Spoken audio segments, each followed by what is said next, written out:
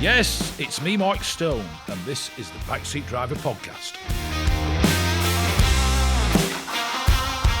This episode is brought to you by Gas Shocks, home of the 116 Trophy and 120 Coupe Cup.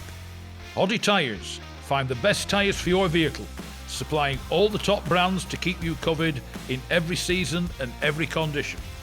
Tarox Brakes, the art of slowing down, precision engineered in Italy for ultimate performance, and Specialised Automotive Services, specialists in high quality automotive maintenance and classic car restoration.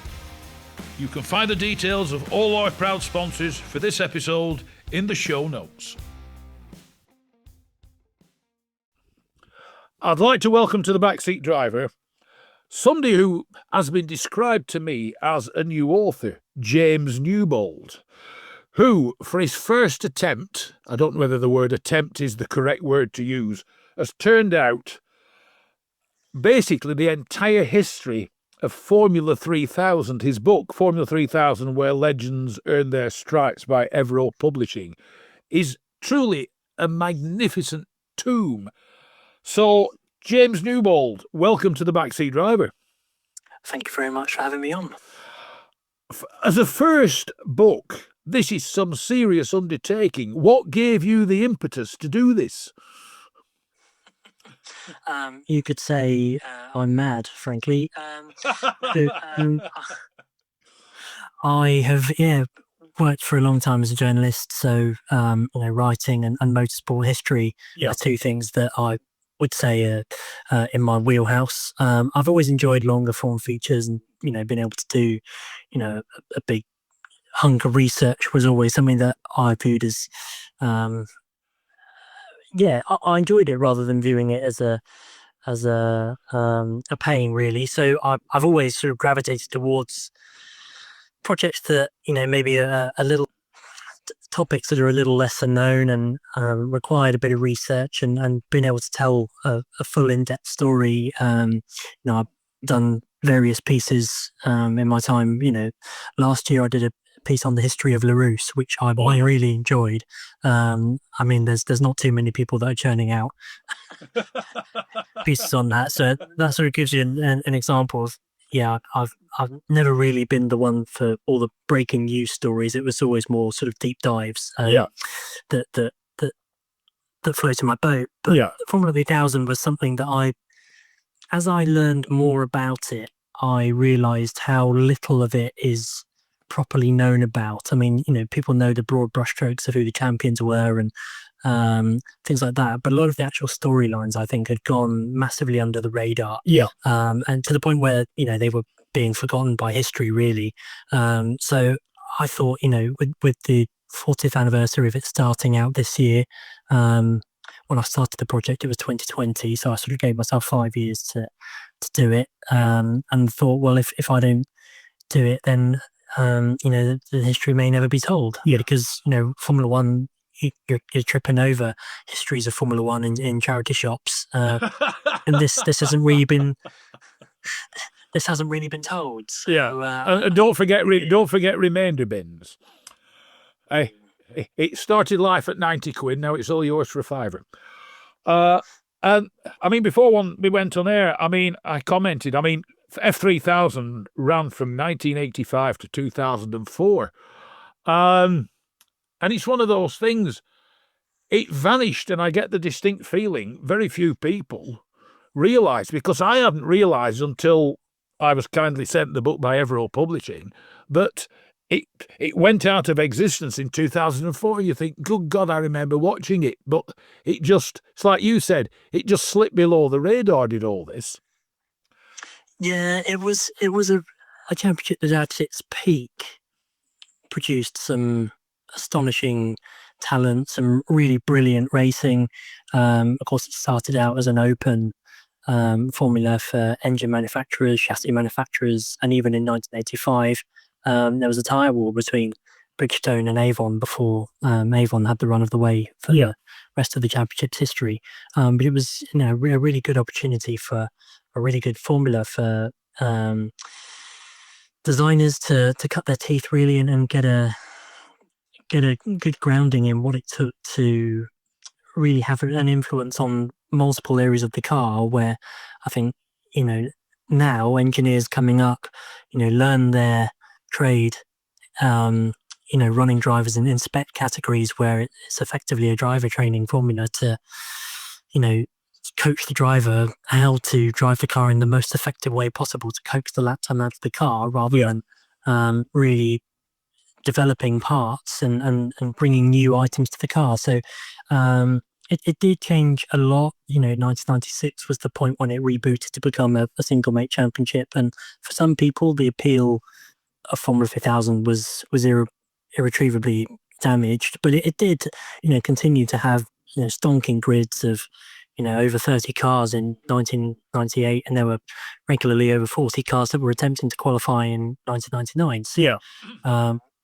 it did produce and yielded a huge amount of interest.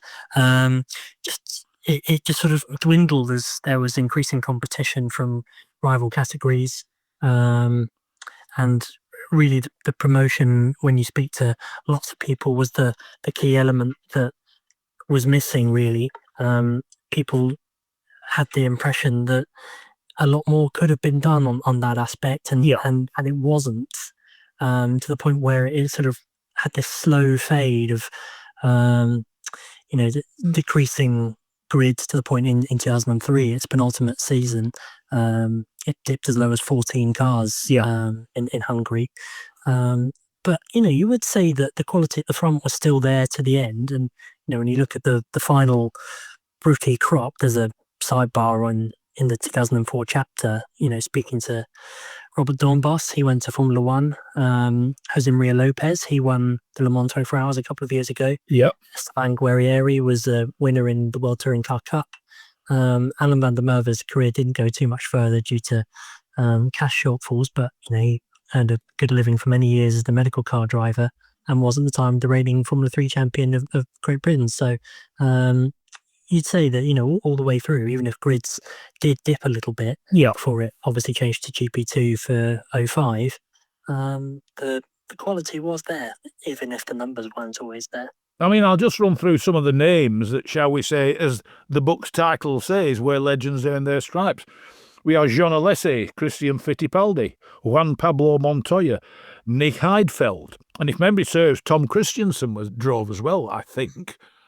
And then we have others: Eddie Jordan, Christian Horner, Helmut Marko, David Sears, who very kindly wrote the foreword, Michael Schumacher, Coulthard. I mean, it's definitely of who's who of drivers. They did, as like you said, they didn't all make it into F1, but a lot of them, shall we say, I dare say you could say, cut their teeth at international racing and then went on to drive other disciplines like sports cars and touring cars. I mean, it had a major effect on the world of motorsport, didn't it? Yeah, I mean, you mentioned Michael Schumacher there. He only ever did one race in Formula 3000 in the Japanese championship. Right. But even then, that was quite a significant one, because he rocked up to Sugo in 1991 and finished second on his maiden weekend. And Mario Martini is one of the drivers I spoke to for the book, a long-time stalwart of the Japanese scene, and he sort of said he couldn't believe how quickly Schumacher was able to adapt to this. Japanese 3000 was almost like a mini Formula One, because they had proper tyre war as well there, and they were doing enormous amounts of development work to get the tyres right. And he had, manufacturer effectively tyres, and then sort of customer tyres that were maybe a couple of specs below. So if you didn't have the pucker tyres, you weren't going to do anything. Schumacher rocked up in a Rolt, which wasn't the fancy car in 1991, and I think that was a big eye opener, and was he already had a burgeoning reputation, but he was a sports car driver in 1991, of course, for Mercedes in the World Sports Car Championship. But, doing that in Formula 3000, I think, was a big feather in his cap that probably did help him to get that driver Jordan, that obviously where he started the ball rolling at Spa. But, I mean, you mentioned there, lots of drivers. Tom Christensen is another, actually, who started off racing in Japan and then came across to the European Formula 3000 Championship. and had a good run for the 1997 championship. Yeah. Won the Le Mans 24 Hours at his first crack while he was an active driver in Formula 3000, and the rest was history. Formula One door didn't open for him for myriad reasons that he's already talked about in his excellent autobiography that's out with Evo as well. But right, I must say I haven't seen that or read that. I mean, I missed meeting him by a fraction of a second, and that's as close as I've ever come. But I mean, one or two have said to me, Formula One missed out on a good driver. My reply was, but endurance racing certainly didn't miss out on a good driver. I mean, he is the king of Le Mans, the 24. Exactly, and I mean, there's lots of drivers, as you said, that did impress in Formula 3000 that they hadn't really had a chance other than Macau, Monaco, and maybe the Zandvoort Invitational in Formula 3. Those were your big opportunities to race against drivers from other categories. Yeah. From other countries in the different national Formula 3 championships.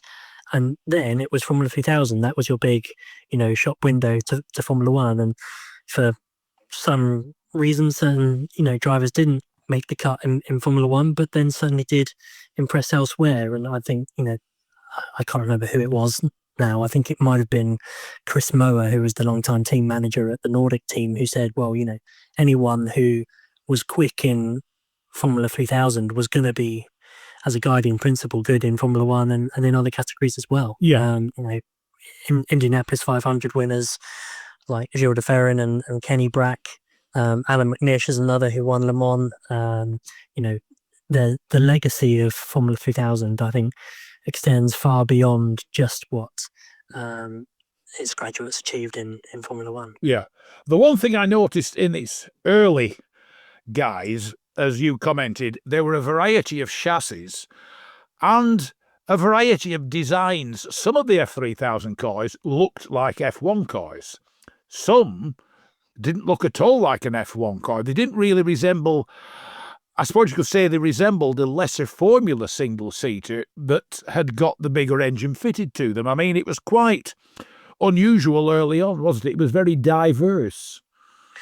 Diverse is a good way of putting it. I mean, in 1985, some of the cars on the grid were, in fact, old Formula 1 cars that were fitted with DFEs, and some of the choices were made on the basis of, well, this is a recent car that was designed to fit a DFE in it. And of course, that was one of the big factors behind Formula 3000 coming into being, was a lot of these DFE engines were no longer in use as Formula 1 was going increasingly turbocharged. And Formula 2, its engines were too expensive in short. And if you didn't have a Honda, which was everyone apart from the Works Rolt team that had an exclusive deal, you weren't going to win. So that was why 3000 came into being. But you had, as you say, this huge range of cars. Lola came in with an adapted Indy car that Mario Heighton describes in very unflattering terms as like a big whale. It was just far too big. I mean, that was a rushed car that didn't see a wind tunnel, where the March and the Rolt were adapted Formula 2 cars that did see a wind tunnel that helped their transition to being flat bottom monocoques, because of course Formula 2 had the Venturi tunnels underneath them.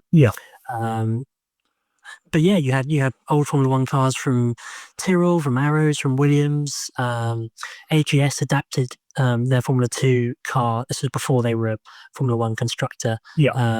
Ram sort of reverse engineered their Formula 1 car for F3000, but it very quickly became clear that a customer racing car manufacturer was your way to go, because the Formula 1 teams that were selling their old cars just didn't really have the staff to provide customer support in the way that that the manufacturers like March had their own works engineers that were embedded in teams. It's the same for Lola, and Reynard did that very well as well when they entered, but the Formula One teams just didn't really have the numbers or the impetus to do that, because their main focus was the World Championship. Yeah. And of course, the cost of repairing Formula One cars when they were damaged was significantly higher as well, which was another factor that maybe worked against their being more widely used. Yeah. And of course, they were running on tyres and they weren't designed for. So there were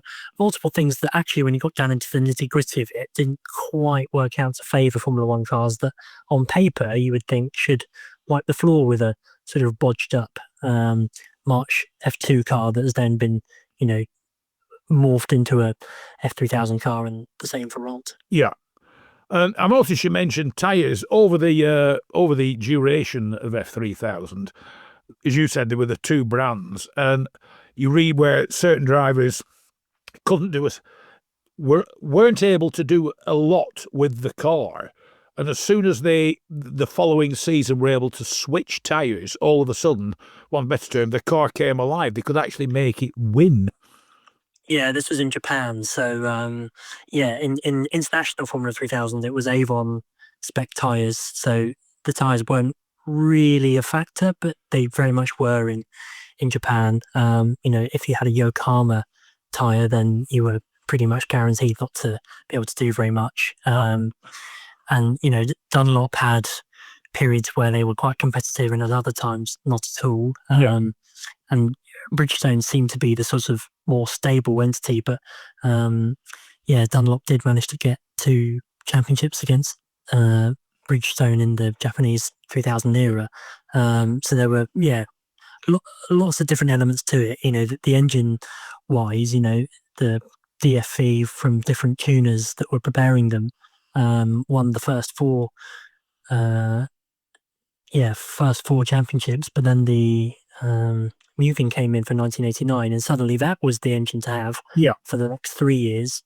Then you get a resurgence for the DFE briefly in 1992 with the Krypton Reynard team and Luca Badoa winning that title. And then the Cosworth AC engine comes in for 1993 and actually competes against the DFE, and it was pretty much a very close run thing, really. It wouldn't have taken a lot for Pedro Lamy to have won that title in 93 with the older DFB engine against the newer AC that ultimately won the title with Olivier Banis and the Dams team. Yeah. You had Lola against Reynard all the way up until 95 when the spec formula comes in, and then it's Lola all the way with the Judge KV engine, which had been introduced in 1992 and did win one race in most seasons, and it came close with Gilles de Ferran in the 1994 championship battle, but was never able to win a title in open competition. And then suddenly, of course, it wins everything from then on. I mean, just out of interest, did any of the manufacturers, engine manufacturers, manufacture engines specifically for F3000, or were they, shall we say, it was a slightly de-spec'd F1 engine? Because I know engines are made for specific cars and specific formula. Was this the case in F3000? Yeah, absolutely was. Apart from the DFE, which of course had been going since the 60s,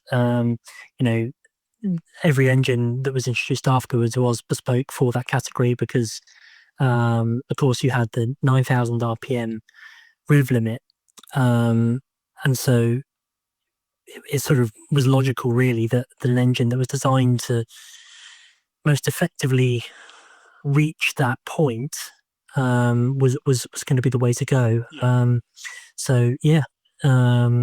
The first sort of non-DFE engine to win was it was Honda badged, but it was designed and built by John Judd's engine development operation.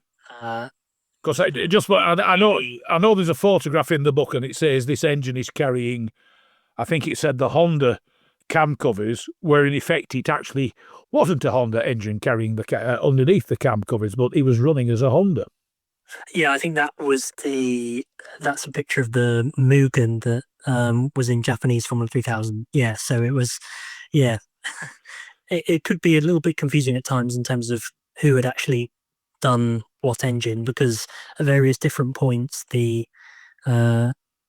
started out being known as the Judd KV engine, then it was known as the Zytec Judd KV, and then sometimes it was just known as the Zytec KV, but it was the same engine the whole time. It just, for some reason, was known as different things. But yeah, it was very much a joint. But it wasn't a case of what cam covers have we got, all they'll do, stick them on. Yeah, it was very much a joint venture, that one. I've just written a feature actually on the Judd KV, the Zytec Judd KV. I'm doing it now for race car engineering, so that'll be out hopefully by the time that this podcast reaches the air. Right. I mean, it really did get to the glory days. I mean, did it ever as such rival Formula One? I don't think you would ever say that it rivaled Formula One, because it was always the stepping stone formula. It never had the prestige of Formula One, although you could perhaps say that it did steal Formula One's thunder in 1985 at Spa, which of course was the race famously where the track disintegrated to the extent that Formula One teams, said that we're going home. This is not suitable to race on. The track surface had been hastily redone, and it just wasn't suitable for the rigours of Formula One cars. Formula 3000 was on the undercard, and Bernie Ecclestone, shall we say, incentivized the Formula 3000 teams to stay on and take the TV slot that would have been him up for Formula One otherwise. I mean, it did have some very spectacular standalone events before it became a exclusive Formula One support category from 1998. You had events like Po Grand Prix, Ennepegusa, that were, staples of the calendar, that were, very much Formula 2000, leading the line. But due to the aforementioned, promotional struggles, shall we say, it never quite seemed to get the audiences or the interest that the on-track product merited. I mean, it didn't help that it went to some particularly odd circuits. Albacete in 1992 stands out as one of those that was wholly unsuitable for, a serious category for Formula One wannabes. It was, an oversized go-kart track, really. And, Enna, I've just mentioned it. It was, a great standalone venue and a staple of the calendar for many years, but it was anachronistic even in its time. It was, a puzzling one that managed to be a fixture on the calendar. It was obviously very well regarded, I think, by the people that were part of the championship. Really enjoyed their time in it. Approaching people for the book, a lot of people were very happy to talk about it and reminisce on those days that they still, regard very fondly as, one of the favourite points in their careers. Eric van der Poel even said that, it was a really sociable time, and in the years after, Formula One, he just always wanted to try and team up in sports cars and touring cars with people that he'd, raced against and just hung about with in his 3000 years, that were, a very friendly and enjoyable time. It seems like, anyway, it was a very different atmosphere in the paddock compared to what you might see in today's Formula 2. And I mean, the one thing, you look at the photographs in it, and there didn't appear to be any shortage of sponsorship in the main. It pulled in some decent names, didn't it? It did have some decent sponsors. I mean, there was a lot of, cigarette, obviously, sponsorship until the Loivan ruled out tobacco advertising, which sort of left a big hole in a lot of drivers' budgets. You had in 2001, a good example would be the Nordic team that had Coca-Cola sponsorship, which was a massive feather in the cap for Formula 3000. It was a real envy of many a Formula One sponsorship manager. But I think it's fair to say, though, that those sort of big deals were often the exception to the norm. You had a lot of drivers that were really scratching around for budgets and driving with pretty much bare liveries. I mean, Jörg Müller in 1996 won that title with a car that was very white. Yeah. Only the odd decal on it. And I'm not just buzzing. I noticed there's a picture of a driver. I think it could have been at Monaco, and he stood there in overalls with absolutely nothing on them apart from the name of the manufacturer of their overalls. That'll be Nicholas Kieser in 2003. Yeah, at that point the Demblavis team that he was driving for were about to go under. A couple of rounds later, that was it. That race is a very famous one. Not because Nicholas Kieser won it, but because Bjorn Verdheim lost it. Oh, right. In such dramatic circumstances, exiting the final corner when he slowed down too early. Yeah. That will go down as one of the most prominent Formula 3000 moments, I would say. I'm going to say that's got to be like the ultimate in embarrassment, really, hasn't it? Yeah, it's to his enormous credit that Bjorn Verdheim was happy to chat to me about that race, and he was able to put it behind him to win that championship, ultimately very convincingly. Yeah. As it came towards the end, it was an international formula. It then seemed to fragment, and the Japanese seemed very keen on it for a while, didn't they? It really spread around the globe, yeah. The Japanese Formula 2 sort of lagged on a little bit after the European equivalent had ceased. It did, another 2 years compared to Europe before Japanese Formula 3000 started in 87. Yeah. We then had the British 3000 Championship start in 1989. And that ran in sort of peaks and troughs. It changed its name a couple of times.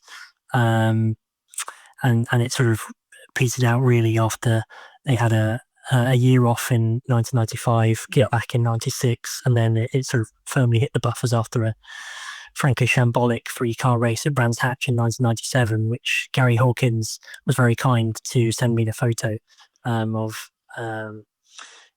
It was, yeah. What caused it? Best forgotten in history. But what was the cause of the 3-car race? Well, they just couldn't get enough interest, frankly, and I think they hoped that, that was the first year that they had run the spec Lola chassis, and in '96 they'd still been able to run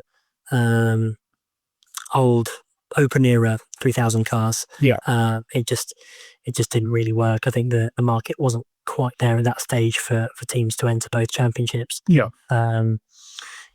And for reasons best known to race control, they threw a safety car out, which you can see in that photograph. And then you have the Italian, later European Formula 3000 Championship that started in 1999. That was a sort of second tier category in Europe that drivers that didn't quite have the budget for a full international championship could go in.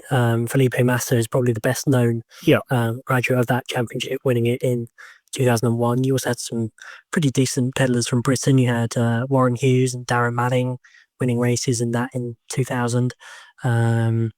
Romain Dumas, latterly a very successful sports car racer and winner of all the big 24-hour races, was a title contender in 2002. You had Augusto Farfus, who's still going strong as a factory driver for BMW, beat Jean-Marie Bruni in 2003. Bruni then went straight to Formula 1 the year after and has become a stalwart sports car driver himself. So that was also a worthwhile championship for drivers with lesser budgets that could still compete in older Formula 3000 machinery once the 3-year cycles had been complete. So the original chassis did 96 to 99, 96 to 98. Lola replaced that in 99 with a second generation chassis that went to 2001, and then the third cycle of old. The third cycle of one make 3000 was 2002 to 04. Yeah. And it's like I said when we started, the people who went on to become managers or involved in running teams, and I'll be quite honest, I hadn't realised that Christian Horner used to race. I knew Helmut Marko used to race because that's how he lost the use of his left eye at Charade. But it was interesting when I read that Christian Horner had been a racer. in F3000. But I suppose, besides learning how to be, shall we say, a potential F1 driver, it's allowed others to cut their teeth or learn how to be a team manager. Yeah, I mean, Eddie Jordan is a good example of that as well. You know, someone who had been successful in Formula 3, you know, he and Johnny Herbert together won the British Championship in 1987 and then stepped up for 1988 with Reynard when Reynard was new to the Formula 1 on debut in 88, famously, as Reynard had a habit of doing when entering new championships. Yeah. And then won the title in 1989 with Lacey, and by 1991 they're on the grid in Formula 1. Yeah. Onyx was another team that made it to Formula 1 after winning the Formula 2000 Championship in 1987 with Stefano Modena. Stephanie Hansen famously got on the podium at the Portuguese Grand Prix for Onyx in, I think it was 1989. Yeah. So yeah, you did have some teams that made the step up. Paul Stewart Racing would be another one that it didn't win a championship in 3000. They came close, as I mentioned earlier, with Gilles de Ferran in 94. Yeah. Carried on through 95, and then when it came to 96, they were full steam ahead with preparing to enter Formula 1 as Stewart Grand Prix, which is now the very successful Red Bull Racing team. Yeah. So, you know, and Jordan, of course, is now Aston Martin. So Formula 3000's legacy can sort of still be seen in that. And of course, Fernando Alonso is still going strong. He won the last race of the 2000 championship, and as many people observed, he would have been a surefire bet to win the title in 2001, but he went straight up to Formula 1 with Minardi and made a very good impression, and the rest was history. Yeah, I don't think he's ever going to retire, to be perfectly honest. He keeps mentioning it, but I get the feeling something in the back of his mind won't let him. But I conclude these people who ran the teams and then moved to Formula 1, there would have been similarities in running the two teams, for want of a better description. Yeah, I mean, Formula 3000 obviously was on a much smaller level. Smaller teams. When you went up to Formula 1, the areas of specialism increased exponentially. But yeah, I think it was an opportunity to show that you can run a team that can cut it and be very strong opposition. And of course, in those open era days particularly, you were having to do deals with manufacturers for engines, for chassis.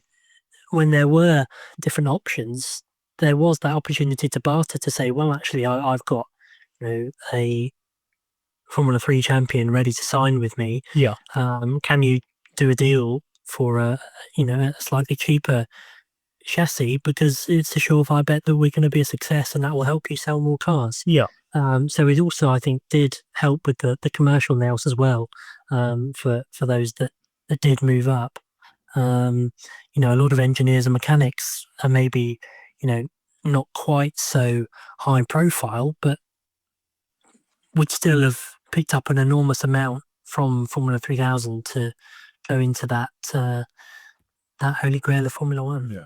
To go back to the book, I mean, after each chapter, there is a highly detailed list of who, what, when, where, and everything else. I mean, was this information readily to hand, or did you have to go and seek it out? So I need to give credits for those stats pages to Peter Hyam, whose series you may know. You may know his name for the Formula 1 Cars Decade by Decade series that's out with Efred Publishing, and many other books that he's authored. For example, I have on my desk his A to Z Encyclopedia of Racing Drivers that I think was published in 2009. Yeah.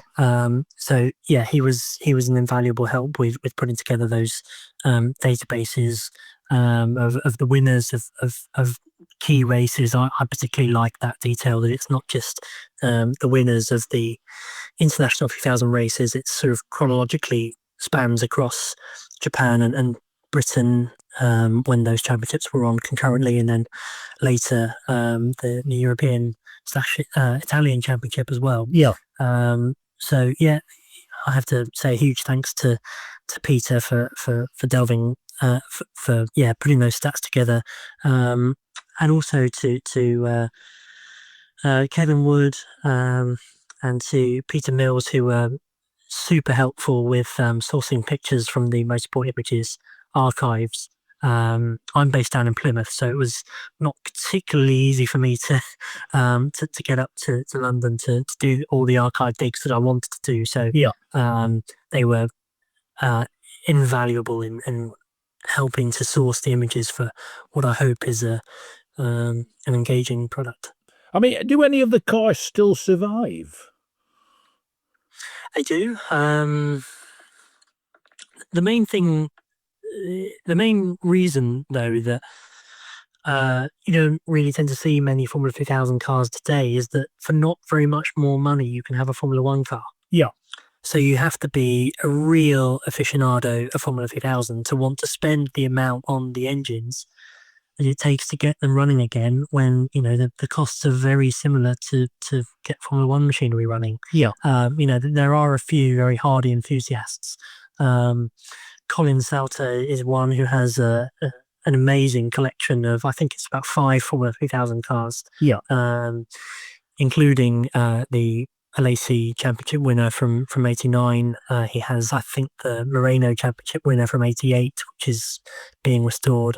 And Marco Apicella, first Reynard as well. So, yes, it would be wonderful if there was a historic series for Formula 3000 machinery. Sadly, the costs involved suggest that that's unlikely, but, as soon as there is a grid put together, I'll certainly be there for it. Yeah. I can remember that some of the old F3000 cars appeared in what was, I don't think it lasted too long, Boss series. British Open single-seaters, and some of the first cars in it were F3000. And then when it slightly caught on, one or two people went and bought old F1 cars, which regrettably outclassed the F3000 cars. But I have seen them out in other things, but it didn't seem to reign very long. I don't know if you remember Boss. Yeah, I mean, there's still a few that do the Euroboss. I'm afraid I don't know what it's called these days, but a friend of mine, Davey Wimmer from Sportscar 365, actually sent me a picture of a Lola out at Zandvoort the other week. You do still occasionally see them in hill climbs and other competitions like that. Recently, I saw for sale a fully restored 1987 Roberto Moreno route, which if I won the lottery, I think might well be quickly spent on that. I'm going to say that's the problem with racing. I used to be involved in it, and it's one of the quickest ways to empty your wallet, regrettably. It's a hell of a fun way to empty your wallet, but it's not for the financially faint-hearted, regrettably, is it? No. The only thing I can say is, James, well done. It's a fantastic book. Even more impressive because it is your first book. Any more books penned or due or being considered? Nothing in the pipeline at the minute, no. It was very much an all-consuming project for 5 years around a day job, and I'm enjoying having a little bit of distance. Every evening on slaving away, editing transcripts and preparing interviews and things like that. It's there may be another one day, but not immediately. That's for sure. Well, I was going to say I've spoken to other authors and they've said it's probably one of the quickest ways to bring your marriage to an end if you're not careful. Yes. They said because you do that, like you do the day job, and then when you come home you do the night job, which regrettably means the family never actually see you. Yes. Let's move on. But once again, James Newbold, congratulations. It's a fantastic book. I found it fascinating. As I said, it's probably to my shame that I'd rather forgotten about F3000, and it was the book that suddenly triggered, and you think, bloody hell, yes, F3000, I remember that. It was some damn good racing in its time. And that's the hope, I think, is that it, reminds people of a period in motorsport that did produce a lot of amazing human stories, and there's over 100 interviews in there with different people that are telling their own story, and I hope it does provide a good account from a period of motorsport history that is well regarded, and it was a pleasure to write it, and I hope people enjoy reading it as much as I enjoyed writing it. Well, I'll be quite honest, up to press, it's my book of 2025. So once again, James Newbold, it's been a pleasure chatting to you. Thanks very much for, shall we say, devoting yet more time, even though you've now finished writing the book. Thanks very much, Mark. Cheers, James. Take care. Bye.